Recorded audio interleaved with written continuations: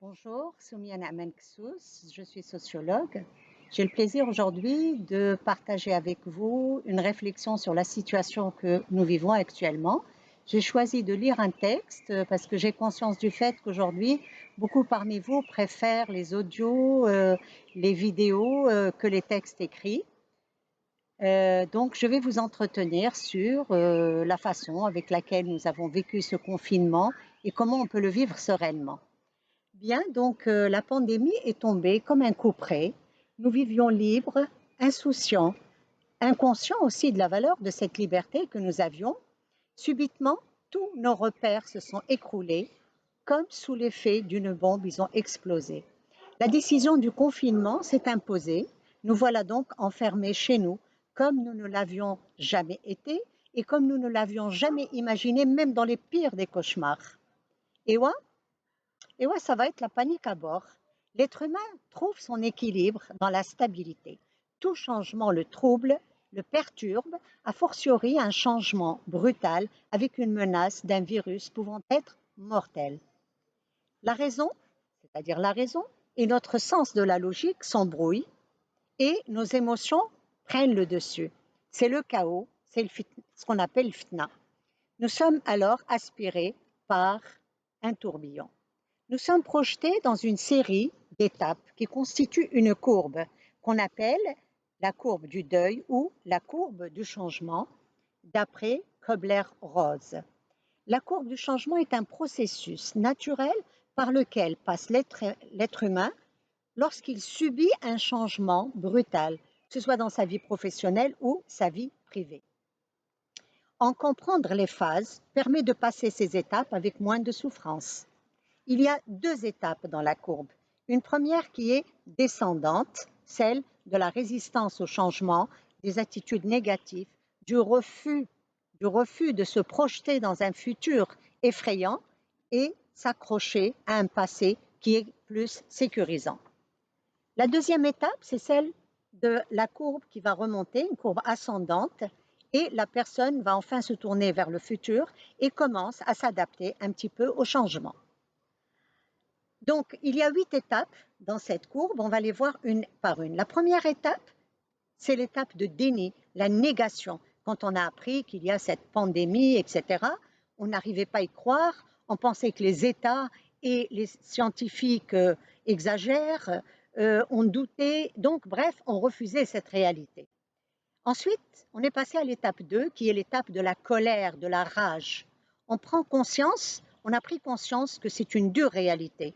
Donc, on a commencé à chercher des coupables, d'autant que même les déclarations des scientifiques étaient contradictoires et on avait du mal à comprendre qu'est-ce qu'il fallait faire exactement pour se protéger. Bref, on était furieux. C'est l'étape 2, celle de la colère et de la rage. Ensuite, nous sommes passés à une troisième étape, qui est l'étape de la peur. Une fois conscient que la pandémie et le confinement sont réels, se développe l'angoisse, l'anxiété, la frayeur. Le monde s'écroule autour de nous. Jusqu'à présent, on programmait notre vie, on planifiait, on organisait, on avait des visions dans le court, dans le moyen et dans le long terme. On maîtrisait le présent et une partie du futur. Subitement, plus rien n'était contrôlable. Tout nous échappe. Donc un stress qui va être intensifié par notre perturbation du mode de vie dans le foyer, la logistique du foyer, les nouvelles règles, les enfants, la scolarité, le budget de la famille, le gel de l'économie, le chômage, la diminution ou la disparition totale des revenus dans le foyer, la perturbation de travail, télétravail ou pas, les mosquées, les cafés, les restaurants, les salons de coiffure, etc., vont fermer. Donc, ça va être tous les repères dans lesquels de notre environnement qui va s'écrouler du jour au lendemain. Et la question, bien sûr, qui nous effrayait, c'est comment on va vivre en étant emprisonné. Donc, la liste est longue, la liste est très longue, mais ce qui est sûr, c'est que notre cerveau était en perpétuelle activité, imaginant les pires des scénarios. La tête allait exploser et donc c'était l'épuisement. Et voilà que l'on va passer de cette phase, qui est la troisième phase de la peur, à la quatrième, qui est la phase de la tristesse, de l'effondrement. On est accablé, on fait le bilan des pertes qu'on a déjà subies et de celles à venir. On est coupé des amis, des familles, et de la famille qui nous remontent le moral, qui nous donnent du réconfort. On est désespéré, déprimé. Et dans cette étape, réellement, on a vraiment touché le fond. On ne peut pas aller plus bas dans cette étape. Et paradoxalement, ça va être à partir de l'étape de la peur où on va commencer à monter dans la courbe. Donc, on va de l'étape 4, qui est la tristesse et l'effondrement, à l'étape 5, qui est celle de la négociation. On va commencer à négocier avec soi-même. L'adaptation commence à se faire petit à petit. Les effets du choc s'amenuisent. On cherche plus ce qui est positif que négatif. On se réfugie dans la foi, dans la spiritualité ou autre. On cherche des bénéfices. On se dit, bon, après tout, je vais bien profiter de ce repos, je vais profiter de ma famille, j'échappe au stress du travail. Et même autour de nous, la presse, les médias, etc., vont commencer à révéler les aspects positifs du confinement, par exemple sur l'écologie, sur l'être humain, sur les valeurs, etc. Et on commence à se dire, bon, je vais prendre des bonnes résolutions, je vais me concentrer sur l'essentiel, etc., etc. Donc, après, là, la période, cette étape 5, qui est celle de la négociation, on passe à l'étape 6, qui est le tournant.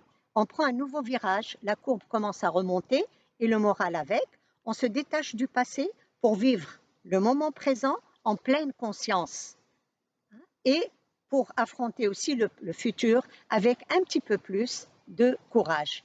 Et là, de l'étape 6, qui est celle du tournant, on va à l'étape 7. Et là, la courbe est ascendante. L'étape 7 est celle de la reconstruction. Ouf, le plus dur est derrière, ou bien on le pense, du moins c'est ce qu'on espère. Le désespoir laisse un petit peu de place à l'espoir. De nouvelles habitudes, la vie s'est organisée. On a arrêté de refuser l'évidence, arrêté de râler. En tout cas, on a compris quelque chose, c'est que face à la tempête, on n'a qu'une seule solution. On baisse la tête et on attend que ça passe. Et c'est là qu'on va donc à la 8e étape, qui est celle de l'acceptation. Enfin, le confinement et ses répercussions sont intégrés dans les esprits qui commencent à chercher à composer avec et non pas à l'affronter, à le combattre. Les nouvelles habitudes ont remplacé les anciennes. Et c'est là qu'on se dit, Bdinatan Wilfo, Bdinatan Senso. Et c'est là qu'on retrouve un petit peu, plus ou moins, de paix et de sérénité. Tout changement brutal dans la vie passe par cette courbe, mais la capacité d'adaptation diffère d'une personne à une autre. Certaines personnes ont une forte capacité d'adaptation et passent vite de la négation à l'acceptation. D'autres résistent au changement, elles passent plus de temps dans la peur ou dans la colère, dépriment et tardent à remonter la courbe. Elles sont plus guidées par les émotions et elles ont du mal à être factuelles. Être factuel, c'est raisonner, être guidé par l'esprit et non pas par les émotions. Parmi nous, il y a ceux qui, une fois le choc émotionnel passé, vont mettre toute leur énergie à agir, à trouver des solutions. Il y a ceux qui gâchent leur énergie à se lamenter, à se victimiser. Tout dépend de notre capacité de résilience. La résilience, c'est notre capacité à surmonter les chocs traumatiques. Et c'est quelque chose que l'être humain peut travailler.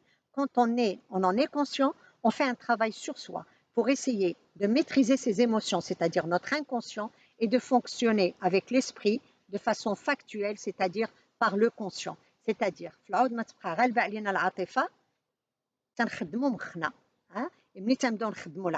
c'est là où on est factuel. Par ailleurs, il y a ceux qui restent prisonniers du pourquoi. Le pourquoi, et ceux qui restent, il y a ceux qui restent prisonniers du pourquoi et il y a ceux qui passent facilement, vite au comment. Le pourquoi permet d'analyser une situation, mais doit être suivi aussitôt du comment. Beaucoup de personnes restent dans le pourquoi. Et plus elles se posent des questions, plus elles s'enfoncent dans une spirale dont il est difficile de remonter. D'autres personnes passent très vite au comment et cherchent des solutions. Comment je vais faire pour m'en sortir? Quelle nouvelle stratégie? Comment je vais m'organiser?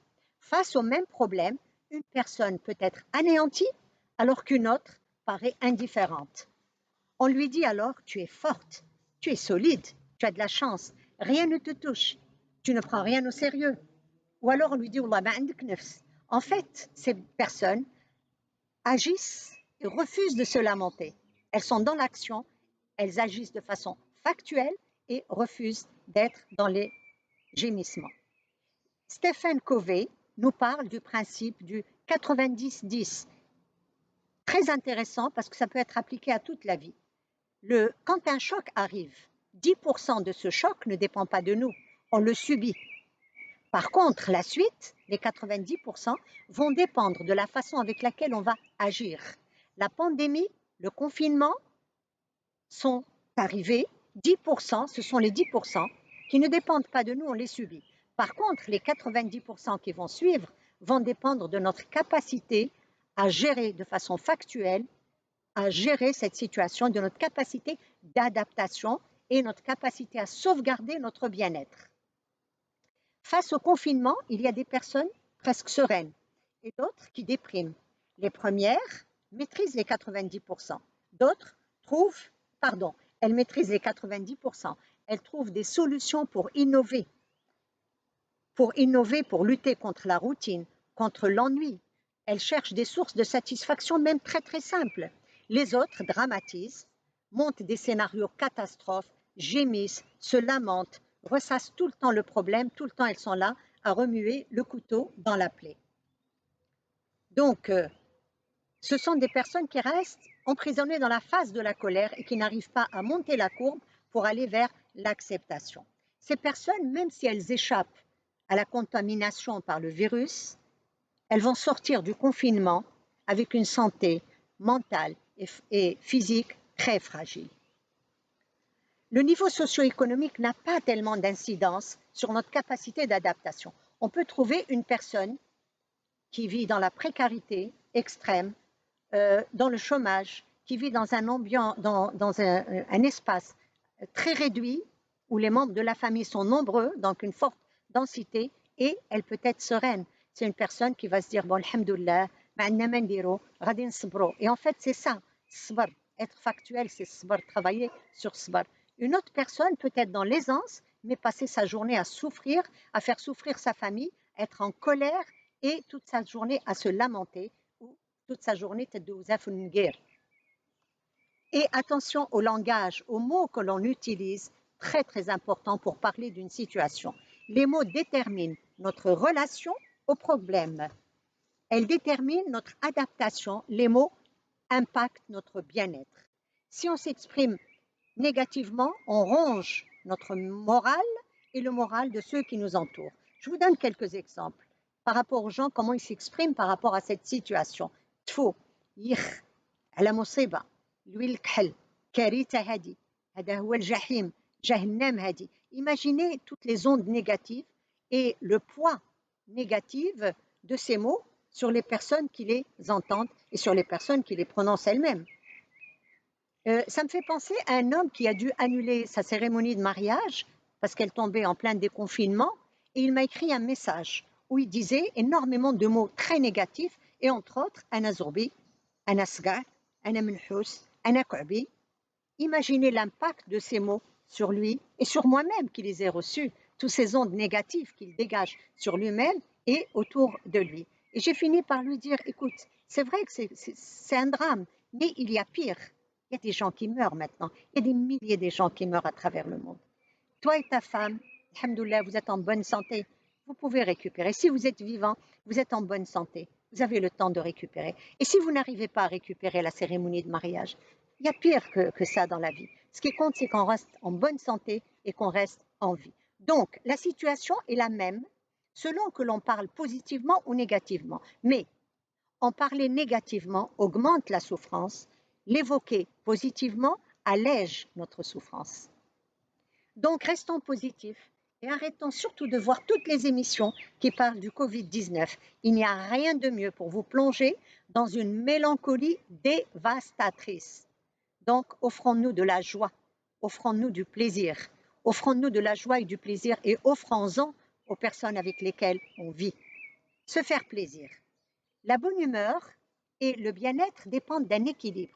Qu'est-ce que c'est que le bien-être? C'est un équilibre entre les pressions que nous avons et les plaisirs que nous nous offrons pour compenser. Dès lors que nous avons plus de contraintes et de pressions et que les plaisirs diminuent, là, nous sommes sujettes au stress, à l'angoisse, à la mélancolie, etc. Donc, notre bien-être dépend de cet équilibre que nous avons de nous offrir des plaisirs. Et en se faisant plaisir, on stimule 4 hormones que l'on appelle les hormones du plaisir, les hormones du bonheur, les hormones du bien-être. Ces hormones sont la sérotonine, la dopamine, l'endorphine et l'ocytocine. On va les voir une par une. La dopamine, c'est l'hormone du plaisir, de l'initiative, de l'activité, de la motivation, de la productivité et du plaisir sexuel. Quand on met un morceau de chocolat dans la bouche, on a une sensation très très agréable de bonheur, de plénitude, de joie. En fait, c'est ce morceau de chocolat, le goût qu'on a mis dans notre bouche qui envoie un signal au cerveau qui va aussitôt sécréter de la dopamine et c'est ce qui nous donne cette impression très très agréable de bonheur et de joie. Donc, la dopamine, c'est l'hormone du plaisir et c'est l'hormone du plaisir immédiat. C'est-à-dire, je mets le chocolat dans ma bouche, elle est sécrétée aussitôt et j'ai cette sensation de plaisir et de bien-être. Maintenant que nous sommes confinés, on est à la recherche de ce plaisir, notamment dans l'alimentation. Mais faites attention aux kilos, hein, parce que ça va être difficile de les perdre à la fin du confinement. Donc, il faut doser. Le plaisir par l'alimentation, oui, on en a besoin pour lutter contre les frustrations, mais faites attention aux abus. Faites aussi attention aux abus de l'utilisation des réseaux sociaux, qui sont un plaisir, mais qui peuvent isoler complètement des autres membres de la famille à un moment où nous avons besoin de solidarité et de partager des moments agréables.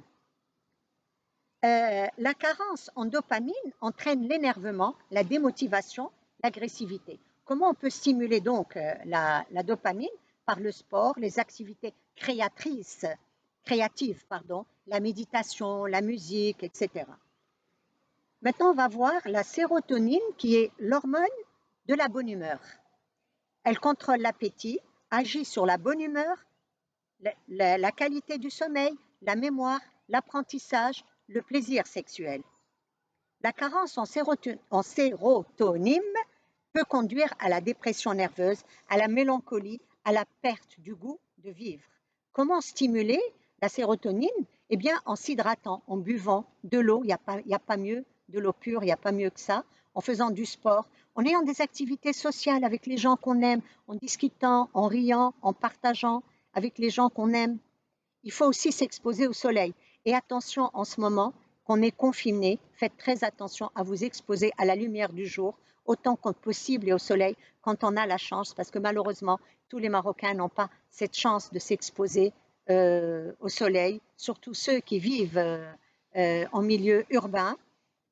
Ceux qui sont à la campagne ont quand même le champ, etc., où ils peuvent bénéficier des rayons du soleil et vivre moins cette claustrophobie. Mais c'est sûr qu'en ville, il y a beaucoup moins de possibilités, c'est-à-dire que la majorité des Marocains confinés ne peuvent pas bénéficier de la lumière du jour. Quand on a la chance de la voir, il faut en profiter parce que le manque de sommeil ne stimule pas la sérotonine et le manque donc de sommeil de soleil et pas de sommeil, mais même celui de sommeil, le manque de soleil et de lumière du jour détruit la bonne humeur chez une personne. Maintenant, on va voir l'ocytocine, qui est l'hormone de l'amour, de la tendresse, de la confiance, du lien conjugal et du lien social. Elle vient d'un sentiment de bien-être et de sécurité quand on est dans les bras d'une personne aimée. Elle diminue le stress, favorise la confiance en soi, la générosité, l'empathie. Elle renforce les relations entre les personnes, les rend tendres et harmonieuses. Sa carence affecte les relations sociales, la reconnaissance et rend la personne désagréable. Comment stimuler l'ocytocine? Par des conversations agréables, des mots affectueux, par des câlins, des caresses, des bisous, une ambiance conviviale, des moments chaleureux partagés avec des gens que l'on aime. Et enfin, l'endorphine, qui est l'hormone du bien-être. Cette hormone est liée à l'activité, telle la marche, la natation, la danse. L'endorphine procure une sensation de plaisir qui réduit le stress, l'anxiété, la tristesse. Elle renforce la mémoire et la bonne humeur. Sa carence favorise l'agressivité, l'irritabilité, la dépression, la perte du plaisir, c'est-à-dire que la personne تتولي غير على سبة ما تبقاش عندها الخاطر. Comment la stimuler? D'abord une alimentation saine, de l'exercice physique, sentir les bonnes odeurs, الرائحة الطيبة, elle a un effet extraordinaire sur le bien-être, et le sourire, le rire et le sourire. En confinement, l'activité physique peut être faite même quand on a un espace réduit. On n'a pas besoin de grand espace pour bouger. L'important, c'est qu'on arrive à bouger régulièrement, être dans une activité, à bouger son corps régulièrement, de manière justement à permettre à toutes ces hormones d'être sécrétées et de nous donner de la joie, de manière aussi à entretenir sa santé physique et mentale. Alors, stimulons quotidiennement ces hormones pour notre bonheur et pour le bonheur des gens qui nous entourent. Et surtout, rions, sourions et rions aux éclats. Certes, nous traversons une période très difficile. Nous devons être très sérieux pour nous protéger de cette pandémie. Mais nous pouvons être très sérieux sans nous prendre au sérieux. C'est ça qui est important. On peut être très sérieux sans se prendre au sérieux. Vous avez remarqué que l'humour est vite apparu. Dès le début de la pandémie, elle est vite apparue dans les réseaux sociaux, etc. Les audios, les caricatures, les vidéos, les messages ont circulé en masse à travers Internet. Les Marocains ont cette capacité extraordinaire à être très forts et très rapides pour tourner les situations difficiles en dérision. L'autodérision comme moyen de défense, c'est une excellente thérapie. À propos de l'autodérision, l'acteur français Berry a dit « L'autodérision est un excellent système de défense contre les autres et surtout contre soi-même. Il annule les attaques venant de l'extérieur et permet paradoxalement de se guérir avant d'être malade. En effet, dans les situations difficiles, il vaut mieux rire de soi plutôt que pleurer sur soi. Allahumma نضحك على راسي ولا نبكي على راسي. Au moins, تنفاجئ على راسي. La morosité, غباشة, عبس وتولى, électrifie l'ambiance, l'atmosphère du foyer. Elle favorise l'anxiété, elle favorise l'agressivité et la violence qui est exacerbée en ce moment dans le confinement. La joie, par contre, procure l'amabilité, elle atténue les tensions, elle évite les conflits, elle rend les relations tendres et affectueuses. Et en confinement, chacun de nous est responsable de l'ambiance dans laquelle il est confiné. Et chacun de nous doit être conscient qu'il doit être acteur, qu'il a un rôle à jouer dans le confinement pour le rendre agréable, pour le plus grand bonheur de son entourage et pour son propre bonheur à lui. الكلمة الطيبة والابتسامة تنقولوا بأنها صدقة. الكلمة الطيبة الابتسامة تنقولوا بأنها صدقة. Et plus que jamais, on en a besoin en ce moment. On a besoin de cette kalima tayyiba, on a besoin de cette sadaqa. Donc pendant ce mois sacré de Ramadan, usez et abusez de le kalima tayyiba et de l'ibtisama, puisque c'est sadaqa et c'est gratuit. Soyons généreux en câlins, en caresses, en bisous, entre époux, entre parents et enfants, entre frères et sœurs. Bientôt, la vie va reprendre son cours normal. La vague va nous reprendre assez rapidement et on n'aura plus le temps de partager des choses agréables, de se câliner et de se dire des choses agréables. Et surtout, n'oubliez pas de soigner votre look tous les jours que Dieu fait. Un mari, mal rasé, cheveux ébouriffés, qui traîne toute la journée en pyjama. Une épouse ou une fille mal soignée, négligée, il n'y a rien de mieux pour saboter le moral d'une tribu. Hommes et femmes habillés soigneusement, coquettement, parfumés, souriants, dégageant de la joie, quelle que soit la situation dans laquelle on est, ce sont des gens qui vont rendre le confinement agréable. Bientôt, Inch'Allah, le confinement ne sera plus qu'un mauvais souvenir derrière nous. N'oublions pas que souvent, on s'est plaint en disant أسبوع ديال الجلاس في الدار، شي 4 أيام ديال الراحة في الدار، إوا حنا جالسين في الدار. Alors profitons de cette gilsa pour faire des choses agréables et essayons de faire en sorte que هاد الجلسة في الدار qu'on puisse se reposer, qu'on puisse faire peut-être des choses qu'on n'avait pas le temps de faire avant et qu'on essaye au moins d'optimiser هاد الجلسة في الدار. En conclusion, je dirais, la vie est belle. La vie est très belle. Tant que nous sommes, alhamdoulilah, en bonne santé et en vie, la vie est belle. Essayons d'apprécier chaque seconde à sa juste valeur. Mesdames, messieurs, je vous souhaite un excellent Ramadan. À vous et à toutes les Marocaines et les Marocains qui veillent à notre hygiène, à notre santé, à notre sécurité, à notre confort. Dieu garde notre roi, notre pays, notre peuple et l'univers entier. Je vous souhaite un excellent Ramadan et je vous dis à très bientôt, Inch'Allah, dans une vidéo où je vous entretiendrai sur la communication dans le couple. Excellent Ramadan.